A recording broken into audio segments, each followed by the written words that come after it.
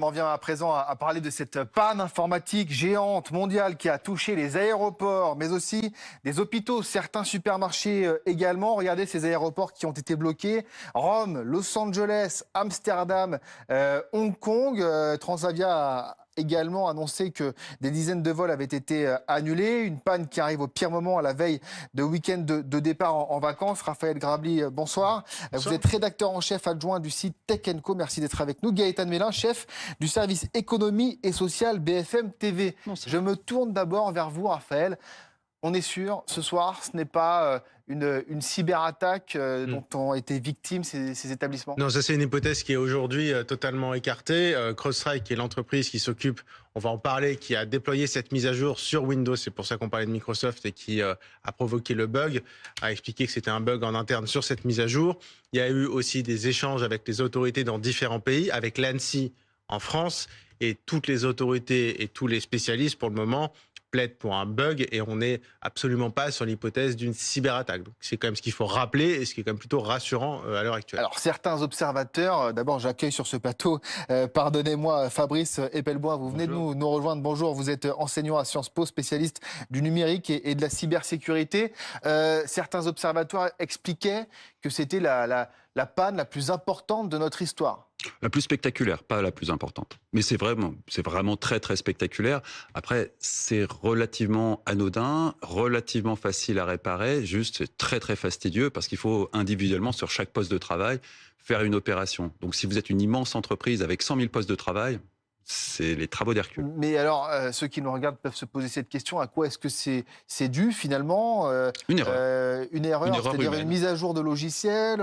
Une mise à jour de logiciel avec dans la mise à jour un bug qui a fait planter toutes les machines Windows qui ont reçu cette mise à jour. C'est très bête. Il n'y a rien d'extraordinaire. Il n'y a effectivement aucune forme d'attaque informatique, en tout cas à ce jour. Le seul c'est très facile à réparer. Vraiment, n'importe qui pourrait réparer un PC affecté par ce problème. Le problème, c'est dans les très grandes entreprises qui ont une quantité faramineuse de postes, dans la mesure où on ne laisse pas les droits administrateurs à tous les employés, il faut que des gens avec des droits administrateurs passent par chacune des machines, ce qui est extrêmement fastidieux. Gaëtan Mélin, la France n'est... Enfin, en tout cas, est un peu moins touchée que certains pays. Ah oui, très clairement. Globalement, moins impacté, même effectivement s'il y a des conséquences indirectes. On l'a vu notamment dans les aéroports, puisque si les aéroports parisiens n'ont pas été clairement concernés comme d'autres, comme celui de Berlin, ou bien d'autres comme en Suisse, en Australie ou aux États-Unis, il y a forcément des effets indirects sur les passagers qui devaient se rendre dans l'un de ces aéroports fermés. Donc, il y a des conséquences. Vous parliez tout à l'heure de Transavia, ce sont 40 vols qui ont été supprimés. Ça veut dire qu'il faut trouver des solutions pour les passagers qui devaient rejoindre un point A à un point B. En pleine période de vacances. Voilà, exactement. Et de Jeux Olympiques. Mais actuellement, on ne sait pas mesurer l'ampleur des entreprises françaises qui ont été concernées en fait par cette panne informatique. Tout ce qu'on sait, c'est qu'effectivement, les transports ont été épargnés, la SNCF, la RATP, les hôpitaux français, ou bien encore le ministère des Armées qui a communiqué, qui a indiqué qu'il n'y avait aucune panne dans les réseaux du ministère des Armées.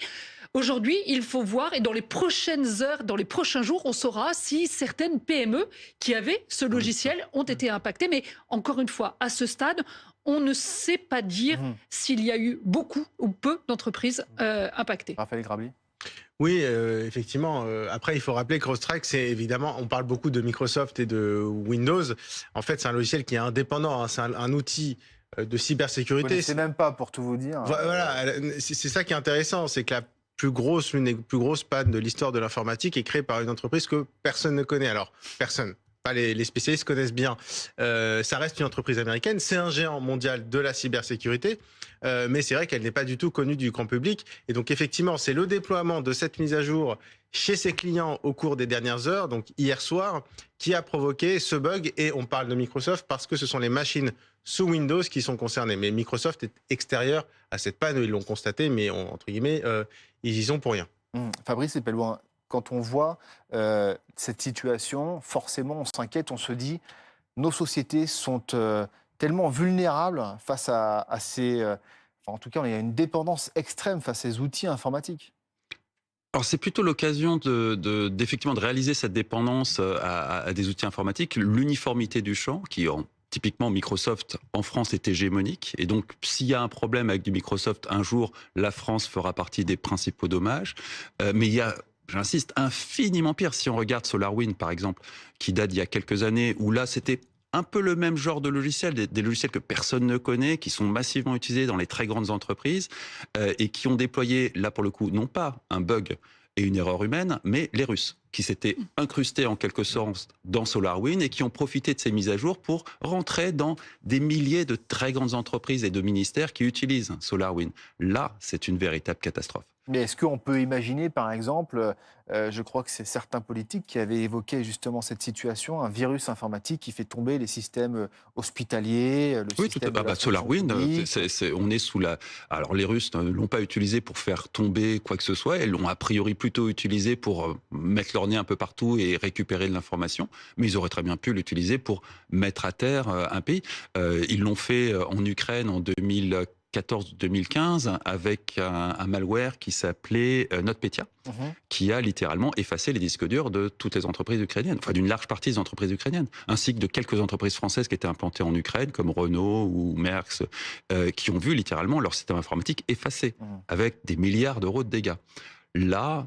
Alors, dans le cas qui nous intéresse ici aujourd'hui, on n'est pas du tout dans quelque chose de malveillant, on est dans une erreur qui coûtera des milliards de dollars. On prend conscience de notre dépendance. On prend conscience de notre dépendance et surtout, on prend conscience de l'uniformité du parc informatique. Le fait de n'avoir que du Microsoft fait que s'il y a un problème avec Microsoft, qu'il s'agisse d'un problème propre à Microsoft ou, dans le cas qui nous intéresse ici, d'un logiciel qui est dans l'environnement Microsoft, un problème va affecter un nombre considérable d'acteurs. Donc c'est plutôt le manque d'hétérogénéité du parc informatique et des solutions informatiques qu'on a installées qui crée potentiellement un problème qui sera catastrophique. Là où si on avait beaucoup moins de Microsoft et des systèmes beaucoup plus diversifiés, le problème serait contingenté à quelques entreprises. C'est vrai que, Raphaël Grabli, on utilise, nous, ces outils au quotidien sans forcément imaginer derrière toute la mécanique que ça implique. Et on utilise ces outils comme on pourrait faire couler l'eau du robinet. Oui, exactement. Le problème, c'est que les portes d'entrée, alors c'est uniformisé, mais les portes d'entrée, malheureusement, sont nombreuses. Parce que là, on parle d'un logiciel que personne ne connaissait, mais il y a des tas de logiciels qui pourraient constituer des portes d'entrée. Alors, à commencer par Microsoft. Alors, à commencer par Microsoft, mais y compris tous les systèmes sous-jacents qu'on ne connaît pas, que le grand public ne connaît pas, et qui fonctionnent, et qui sont en fait, on le disait tout à l'heure, mais des géants mondiaux. C'est-à-dire que ces entreprises, on ne les connaît pas, mais elles font fonctionner aussi la machine, et c'est autant de portes d'entrée qui permettent d'accéder d'un coup à des millions et des millions de machines. Et donc là, oui, c'est un bug, mais ça laisse imaginer effectivement ce que ça pourrait être si demain, cette entreprise était elle-même touchée par une cyberattaque. Et là, il suffit de, on va dire, rebooter la machine et réparer le bug pour que tout refonctionne. Mais dans le cas d'une cyberattaque, on ne pourrait peut-être pas le faire. Et peut-être que si on le faisait, quand on rallumerait la machine, il n'y aurait absolument plus de données. Donc, où il y aurait, et c'est pire encore, où il y aurait un intrus qui se serait installé dans le système informatique. C'est ce qu'on a vu avec les Chinois et le système d'identification de Microsoft. Pour le coup, c'était une faille de Microsoft. Le système qui permet de s'authentifier sur une technologie Microsoft et de gérer une identité d'un utilisateur sur les technologies Microsoft, qui lui a été piraté par les Chinois. Il est utilisé grosso modo par la moitié des entreprises de la planète, tellement il est hégémonique, et ça a donné un libre accès aux Chinois qui est presque comparable à ce que la NSA, de ce dont la NSA dispose aujourd'hui. Justement, il n'y a pas un problème de souveraineté autour de ces géants mondiaux à qui on confie finalement la sécurité de nos hôpitaux, de nos écoles Il y a un problème de souveraineté dont tout le monde parle, qui depuis des années et qui se matérialise très concrètement aujourd'hui. Après, il y a quand même un point plutôt positif, c'est qu'en France, comme dans beaucoup de pays, ce sont essentiellement des entreprises privées qui sont touchées. Alors, c'est pas une bonne nouvelle en soi, mais ça veut dire aussi que les institutions publiques ne sont pas forcément touchées. On n'a pas vu des pannes monumentales chez les forces de l'ordre, au ministère de la Défense, que ce soit en France ou ailleurs. Et donc, ça montre quand même qu'il semble y avoir des process de vérification, par exemple, des mises à jour. Et c'est le ministre démissionnaire, Sébastien Lecornu, qui a d'ailleurs communiqué là-dessus, qui sont un petit peu différents. Les services publics semblent quand même moins touchés. Et les services publics sont... Il y a beaucoup de Microsoft dans les services Il y a publics. que ça, oui. Il y a énormément de Microsoft. Mais on va dire que sur certains points critiques et névralgiques, il y a des vérifications supplémentaires. Et aujourd'hui, ce qu'on a vu, c'est surtout des problèmes. Il y a des entreprises privées. Là encore, je ne dis pas que c'est une bonne nouvelle. Je dis simplement qu'il semble y avoir une différence avec son appui dans les services publics. Justement, puisque vous parliez de ça, et Gaëtan, pardonnez-moi, je vous donne la parole dans un instant, mais Microsoft, alors c'est ce que écrit Jean-Luc Mélenchon sur Twitter. Microsoft équipe des armes françaises et le ministère de la Défense. Tout va bien. Vous comprenez enfin ce que veut dire indépendance nationale et souveraineté. Oui, mais comme l'expliquait Raphaël, en fait, le ministre démissionnaire Le Cornu a justement répondu à Jean-Luc Mélenchon en lui expliquant que le fameux système mis en cause, CrowdStrike, n'était pas utilisé justement dans les réseaux du ministère. Rapide. Et puis, d'ailleurs, quand vous regardez en fait l'impact que ça a eu au niveau mondial et notamment en Angleterre, ça a eu des effets sur le système de santé britannique, puisqu'il y a eu des problèmes dans les hôpitaux, mais également chez les médecins généralistes. Ce qui n'est pas le cas en France. Aujourd'hui, on a eu les agences régionales de santé qui confirment que le système de santé n'a pas été impacté en France. Je souligne qu'il y a quelques dysfonctionnements mineurs sans conséquence sur la continuité des soins. Donc on peut quand même se féliciter en France d'avoir été quelque peu moins impacté que d'autres pays européens. Vraiment pas. La situation des armées est assez préoccupante. Nicolas Sarkozy leur a imposé Microsoft, de la même façon qu'avant ou après Najat Vallaud-Belkacem a imposé Microsoft à l'éducation nationale. Il y a un problème de porosité entre Microsoft et les politiques français. Et pourquoi, selon vous, ils ont imposé ? Pour des raisons que je ne vais pas dire sur un plateau de télé. Mais toujours est-il que... La parole est libre ici. Non, pas vraiment. Pour des raisons politiques, pour des raisons d'influence, des raisons d'influence. On va dire ça comme ça. Pas des raisons de technologie. Non, pas du tout. Des raisons d'influence. Des raisons d'influence de la société Microsoft envers, dans un temps passé, le Parti socialiste et par la suite la République en marche, qui nous ont donné des scandales à répétition, que ce soit l'éducation nationale, l'implantation de Microsoft dans les armées, l'affaire Quant, l'affaire du Health Data Hub, enfin la plupart des grands scandales technologiques français sont liés à Microsoft d'une façon ou d'une autre. Pour ce qui est des armées, la réalité, c'est que les militaires à qui on a imposé Microsoft sursécurisent tous les périmètres qui sont concernés par Microsoft, pas avec du CrowdStrike, mais avec des équivalents, parce qu'ils sont terrifiés à l'idée que la NSA, qui a accès ouvert à tout ce qui est Microsoft, puisse pénétrer les réseaux des armées. Donc ça pose d'énormes problèmes de sécurité, là où les rares entités liées à l'armée, qui ont encore une indépendance en termes de décision, je pense à la gendarmerie nationale, utilisent des logiciels libres qui leur permettent d'avoir une totale souveraineté. Les armées françaises ne sont pas souveraines. Donc là-dessus, Jean-Luc Mélenchon a parfaitement raison. Il l'exprime de façon maladroite, mais il a parfaitement raison. Raphaël Grabli, c'est vrai qu'on n'a pas de champion européen sur ces questions de système d'exploitation, ça pose un problème? Au niveau du très grand public, on n'en a pas. Ça pose problème, ça dépend effectivement. Parfois, quand il y a possibilité... Il y avait ce logiciel Pegasus aussi qui avait fait beaucoup parler. Alors ça, c'est encore autre chose. La Pegasus, c'est carrément du piratage d'iPhone, justement, qui permet, mais c'est extrêmement ciblé. Là, c'est du piratage qui coûte des dizaines de milliers de dollars pour espionner un téléphone en particulier. Mais c'est un autre sujet, c'est vrai. Ça, c'est un autre sujet. Mais finalement, ce sujet de souveraineté, en fait, c'est même plus un sujet technique, effectivement. C'est un sujet qui est purement politique. Et c'est de savoir comment est-ce qu'on fait pour créer des champions qui peuvent concurrencer. Il y a une solution. Il y a eu des tentatives avec Quant. Non, c'était pas une tentative. C'était Microsoft. On rappelle que c'était le moteur de recherche. Un moteur de recherche souverain et qui en réalité était Bing de Microsoft maquillé. Et qui a permis d'aspirer une centaine de millions d'euros de la Caisse des dépôts et consignations, qui sont nos impôts.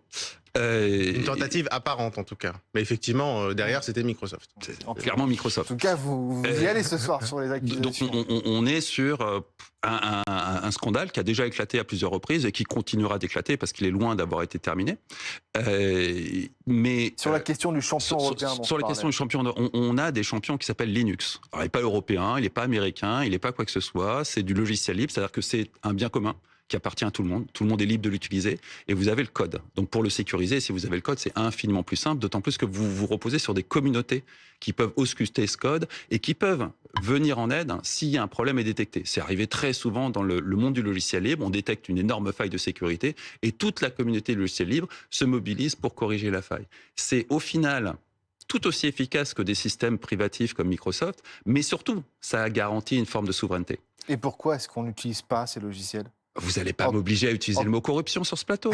Encore une fois, vous allez repartir. Oui, pour vous, c'est ça le problème? Et je ne vais certainement pas prononcer ce mot, ça me vaudrait une inculpation demain. Enfin, c'est une façon de porter une accusation quand même. Oui, bien sûr. Oui, voilà. Mais sans les risques juridiques. Non, mais après, on fait aussi le procès de Microsoft, alors qu'il faut quand même rappeler que dans l'affaire qui nous intéresse ce soir, Microsoft n'est il est pour rien du tout. N'est qu'une victime collatérale. Oui, on a élargi le débat, absolument. On a élargi le débat, mais enfin, il faut quand même rappeler que là, on parle d'une entreprise de cybersécurité. Le logiciel libre, effectivement, c'est simplement des logiciels où le code est ouvert et qui profitent d'amélioration de la communauté.